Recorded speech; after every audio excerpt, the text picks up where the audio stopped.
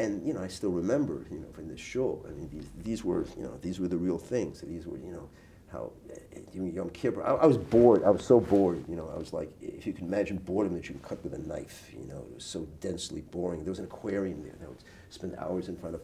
But meanwhile, the images of these Jews, wrapping themselves in their talesim, on Yom Kippur. This was something that goes, back to my, goes back. So a niggin. No one had to explain to me what a niggin was,